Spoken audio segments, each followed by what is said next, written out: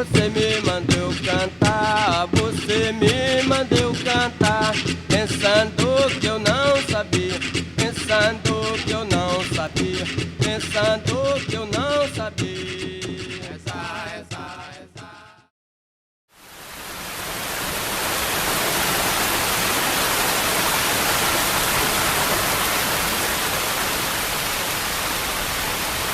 Sou índia nascida no campo, numa chupana moderna. Eu vivo alegre cantando na imensidão da floresta. Sou índia, sou índia, sou índia. Eu sou filha de Pinhel, o qual nós fizemos um trabalho que com certeza isso vai ficar na história.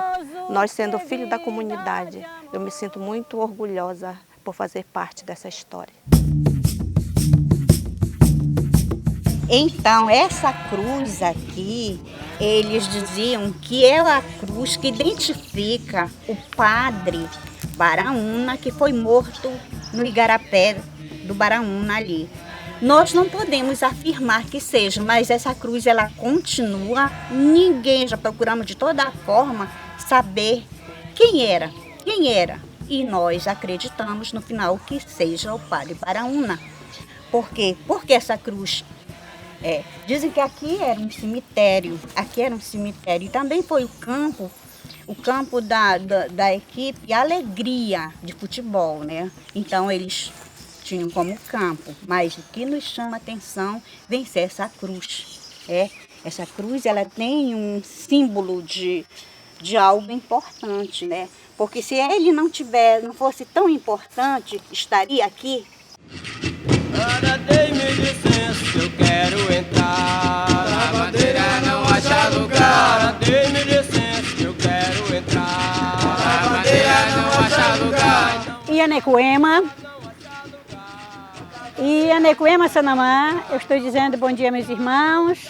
E Puranga Pessica, que sejam bem-vindos ao nosso ambiente. Tá? Sou a Marilza, sou filha nativa daqui da minha aldeia, Pinhel, que é município de Aveiro.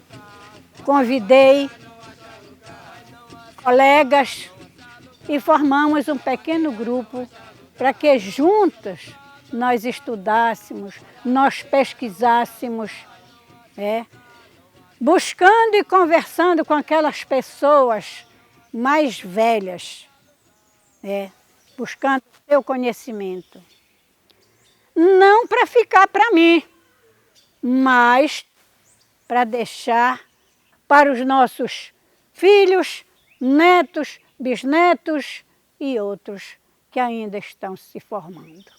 Essa iniciativa dos próprios moradores, das lideranças, dos sábios da própria aldeia, de produzir a sua versão da história da comunidade. Isso é muito interessante, porque a primeira fonte da história de uma comunidade são os seus próprios moradores, os seus mais velhos, principalmente, os que mais viveram. Eu fico feliz que esse momento tenha chegado, que essas pessoas estejam contando a sua versão para os que virão depois, nesse momento tão especial que só a fundação oficial da Vila de Pinhel, da missão, completa 300 anos, fora os séculos que Pinhel já tinha antes. A gente sabe que Pinhel é um lugar rico, né, em história,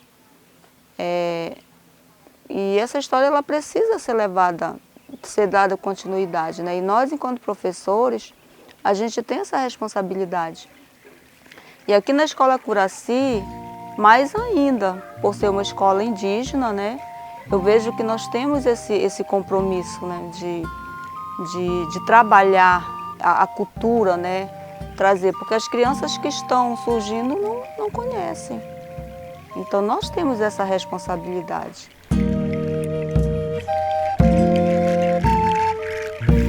Me chamo Maria Eduarda, Semiraçama Itapu.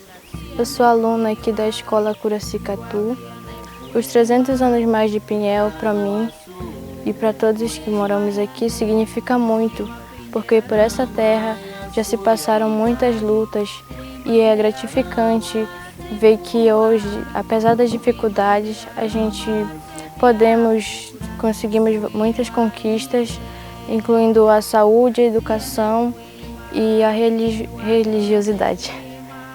Com o passar do tempo que eu estudei aqui, eu aprendi muitas coisas sobre a história de Pinhel e foi uma coisa muito boa para mim, por causa que eu fiquei como conhecedor da história e um conhecimento é uma coisa que a gente não compra, né? A gente aprende com o passar do tempo. Aqui as trincheiras é um símbolo da cabanagem, né? Quando os cabanos cavavam uma vala e colocavam espeto para quando os portugueses vinham, né, invadir, como uma armadilha, eles caíam. Aí eles morriam aqui. Nós podemos ver hoje, são cicatrizes. Havia 15 trincheiras, balas, né? E eram assim, né? Outra ali. Nós temos as maiores, temos essas que vão tipo um caminho, mas eram as armadilhas que os cabanos fizeram na época. Então, Pinhel já foi uma cidadezinha. E tinha a casa branca que eles chamavam, que era a casa de recepção dos visitantes. E esses visitantes eram os padres que vinham, né, porque era uma missão. E essas santas missões faziam com que as coisas pudessem melhorar, ter outras modalidades. As pessoas ganhavam nomes. Como eu já mencionei antes, que o nome das pessoas eram diferentes. Era Culasca, era Caneca, era Dacu, era mais outros nomes, Euti. Eram nomes e sobrenomes não tinham. Então, os denominadores, que eram os brancos, eles faziam com que eles pudessem viver na casa deles, né? Que viviam juntos. E teria que ter um nome, como João, Maria, veio de lá. E os sobrenomes também, Lopes, Cardoso, e outros.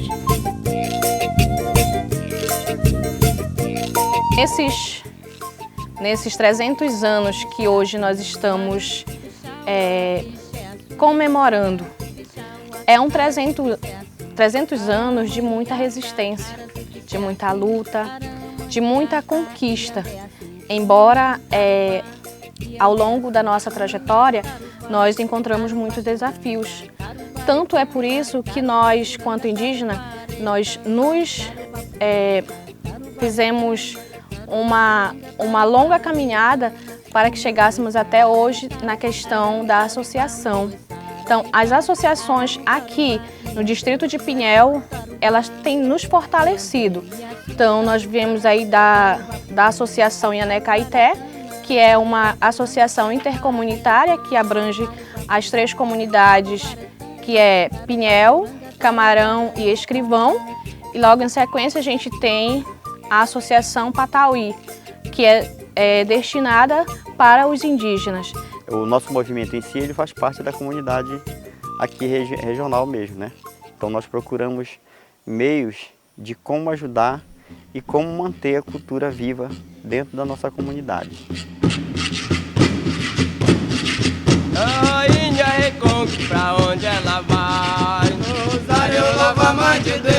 Por que hoje eu posso dizer que eu tenho 300 anos, né, vivendo aqui? Porque o meu avô teve tantos anos, a minha avó tantos anos, a minha mãe está com 82 anos, eu vou fazer 50 anos esse ano dos 300 anos. Então eu vivo para mais de 300 anos.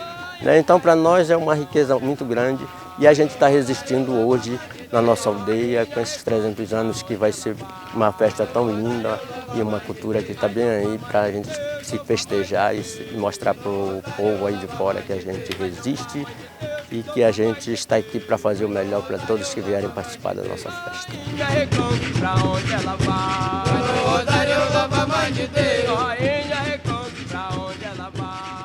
Primeiro eu quero dizer que eu sou filho daqui, né? Eu nasci em 1942. A minha família era daqui. A minha família se chamava... A minha bisavó chamava Maria Mulata Carvalho. Falando também um pouco da da economia do passado, né? Porque a economia do passado, que eu sei já de 45 para cá, da Segunda Guerra Mundial, né? Existiu o grande comércio do judeu aqui, que foi Moisés Serique, Jacó Cohen e Marcos. Marcos é judeu também, né? Morava aí. Então esse comércio, ele produzia aqui muita a castanha, a borracha, a pele de animais, que naquele tempo não era proibido. Então ele era o comprador, porque era o patrão, né? Inclusive ele comprava muita castanha, Moisés, e quando ele mandava direto para Belém, porque ele tinha contato com as firmas lá em Belém. Eu não tinha emprego, meu emprego era cortar seringa, era tirar borracha, maçaranduba, castanha. Então primeiro trabalho mesmo que eu encontrei quando eu cheguei aqui foi o pai da Maria José me convidando para Riabreu com umas horas de viagem daqui, quase um dia de serviço daqui lá, dia de andada, né? Baixava das matas, passava dias atrás do produto que era a borracha,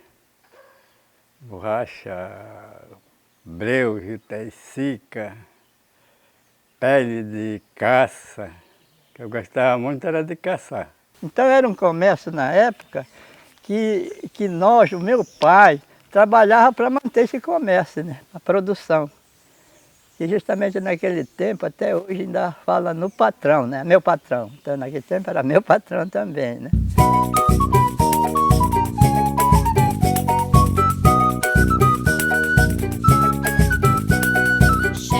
Eu sabia fazer abano, essas peneiras de tirar tapioca que chamam, né?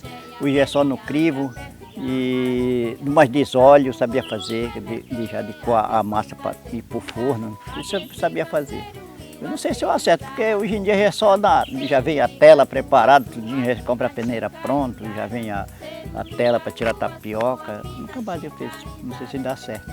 Antes, ele era muito valioso, porque muitos trabalhavam, cozinhavam no fogão de lenha. Hoje já tem a modernização, que já é no gás, já não precisa mais do abano, né? Mas tem muitos que às vezes ainda precisam. E eu aprendi com a minha mãe. E para fazer esse tamanho desse abano, são 20 talas. 10 de um lado, que é tudo de pá, né?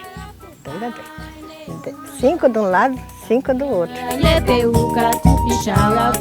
20 anos atrás não tínhamos energia, era na piraqueira, na lamparina, e hoje não, a gente já tem uma energia praticamente 90%, né? Então eu fico feliz do avanço tecnológico da nossa comunidade. Teve muitas melhorias, né? Desenvolvimento econômico, social, né? Educacional, então hoje os próprios alunos têm acesso, né, à tecnologia. Então o avanço influenciou muito, em todos os aspectos, né? O boto, no rio, ele é um peixe no encante dele. E aqui na terra, ele é uma pessoa, né?